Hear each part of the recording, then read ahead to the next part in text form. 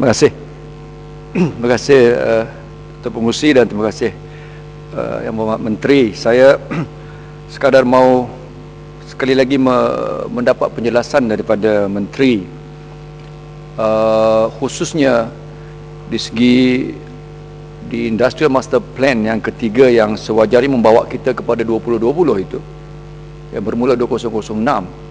Kebelakangan ini nampaknya semacam ia telah mengambil backseat ke atau bagaimana dalam pelbagai pengenalan baru dan segala yang agak semacam out of sync nampaknya.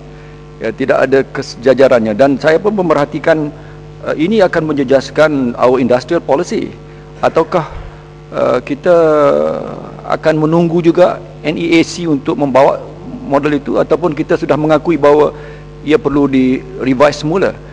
Contohnya macam kalau kita bercakap tentang dynamic clusters itu sebagai, ataupun lebih yang saya sukar memikirkan sekarang ini adalah National Automobile Policy itu, yang saya ingat perlu bersedia membuat pengakuan bahawa kita mungkin telah tersilap strateginya lebih awal dahulu.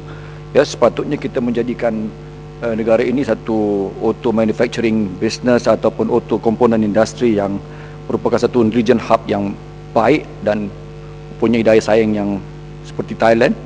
Sekarang ni Indonesia is playing the catch up game, tapi kita terperangkap di situ. Bagaimana kalau minta Menteri buat penjelasan sikit? Terima kasih. Jempol. Persoalan pokok yang dibangkitkan oleh Yang Amat tadi ialah berkaitan dengan IMP 3. Saya nak maklum dua perkara. Yang pertamanya, tidak ada perancangan yang statik, perubahan-perubahan berlaku. Umpamanya, tiada siapa yang menjangkakan krisis ekonomi akan melanda seluruh dunia. 3 tahun lepas, semua rambalan menyatakan bahawa negara-negara akan terus marah ke hadapan dan akan terus mencatatkan pertumbuhan yang baik. Hari ini Amerika Syarikat hampir tersungkur, Eropah begitu juga. Jadi tidak ada yang statik. Yang keduanya, rancangan ini adalah merupakan rolling plan. Kita ada semasa ke semasa membuat pengubahan, tetapi terasnya sama. Terasnya kita nak galakkan umpamanya high-tech industries, umpamanya itu masih lagi merupakan teras kita. Walaupun ada model ekonomi baru, ia akan merujuk juga kepada MP3, dan kita harus peka dengan keadaan semasa, dan oleh hal demikian kerajaan ada semasa ke semasa membuat pengubahan yang sewajarnya.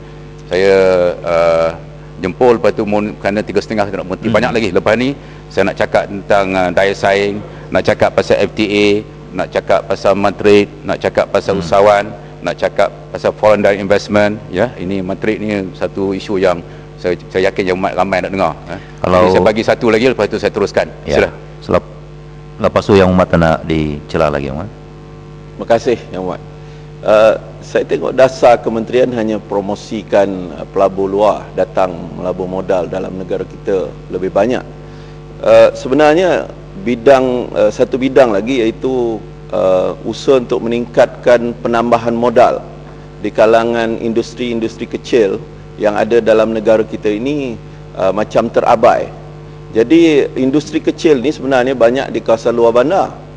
Jadi apa perancangan kerajaan sehubungan dengan perancangan bersama dengan Felda tadi untuk memberi peluang, mewujudkan peluang kepada industri kecil ini berkembang dengan menyediakan infrastruktur yang lebih baik dan memungkinkan mereka menambah modal untuk dibesarkan industri mereka. Datuk Pengerusi, terima kasih jempol.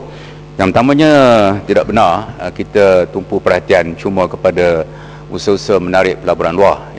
Sebelum ini strategi kita adalah 70-30.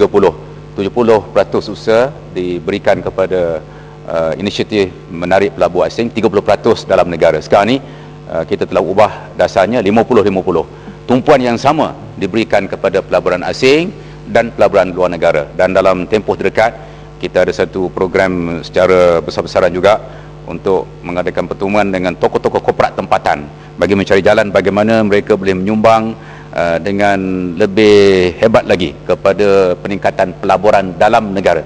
Jadi bermula tahun depan, strategi kami di kementerian ialah 50-50, iaitu tumpuan yang sama kepada pelaburan dalam dan luar negara. Berkaitan dengan PKS, Kita telah tubuhkan SME Corp yang ahli yang berhormat di sini luluskan undang-undangnya bulan Julai yang lalu, sudah pun berfungsi 2 Oktober, dan tujuannya untuk menyelaraskan perkembangan PKS dalam negara kita, dan insya-Allah program-program akan dimantapkan lagi, dan saya telah maklumkan kepada Yang Berhormat Jempol dan beberapa Yang Berhormat yang lain, SME Corp akan sentiasa bersedia untuk membangunkan industri luar bandar ya, bersama-sama dengan rakan-rakan yang lain, Kedah, Mara dan lain-lain. Terima kasih Jempol. Sekarang Datuk Pengerusi, dalam masa 40 minit ini saya nak sentuh 5-6 perkara, bermula dengan daya saing yang dibangkitkan oleh Kota Belud, Ipoh Timur dan beberapa yang berhormat yang lain. Jadi saya yang pertama nak maklumkan bahawa kerajaan memandang serius perkara ini, dan tindakan-tindakan telah pun diambil untuk membaiki daya saing Malaysia. Sebagai makluman, kita ada 3 laporan antarabangsa, iaitu satu doing business yang dibuat oleh yang diterbitkan oleh Bank Dunia, World Competitiveness Yearbook oleh IMD, dan Global Competitiveness Report. Ya, ini 3 laporan yang dikeluarkan, dan kedudukan Malaysia sentiasa kita pantau, dan tindakan untuk kita memantapkan lagi pemuda yang telah ditubuhkan lebih 2 tahun yang lalu adalah dalam usaha untuk kita mengurangkan kerenah, dalam usaha untuk kita meningkatkan lagi kedudukan ranking Malaysia, kerana kita tahu ranking juga mempunyai peranan dalam menentukan daya saing Malaysia. Dan dalam konteks Malaysia, umpamanya beberapa isu yang dibangkitkan, termasuklah laporan Doing Business 2010 dibangkitkan tentang umpamanya berkaitan dengan menguatkuasakan kontrak, di mana kita dapati Malaysia berada di bawah dealing with construction permits dan enforcing contracts. Ini antara isu-isu dibangkitkan oleh Yang Berhormat Kota Belud. Kerajaan sedar perkara ini, dan kerajaan sudah mengarahkan pihak mampu dan agensi kerajaan yang lain untuk mengurangkan masa memproses permohonan permit, untuk menubuhkan one stop center, one stop shop, dan untuk mempertingkatkan perkhidmatan secara dalam talian. Ini antara tindakan-tindakan yang sedang diambil sebagai langkah bagi mengurangkan kerenah, dan dengan itu kita dapat mengurangkan masa. Jadi kalau ikut rank, kita memang starting a business, dealing with construction permits, dan beberapa perkara lain, ya, kedudukan Malaysia agak rendah, dan ini antara lain kenapa kedudukan kita turun daripada 21 tahun lalu, tahun ini turun kepada kedudukan 23 dalam Ease of Doing Business yang diterbitkan oleh Bank Dunia. Jadi saya ingin beri jaminan di sini, kerajaan bertekad untuk meneruskan usaha-usaha ini, dan kita cukup yakin bahawa di masa akan datang dengan usaha-usaha ini kita akan dapat meningkatkan lagi prestasi Malaysia dalam beberapa ukuran daya saing yang dibuat oleh badan-badan antarabangsa. Itu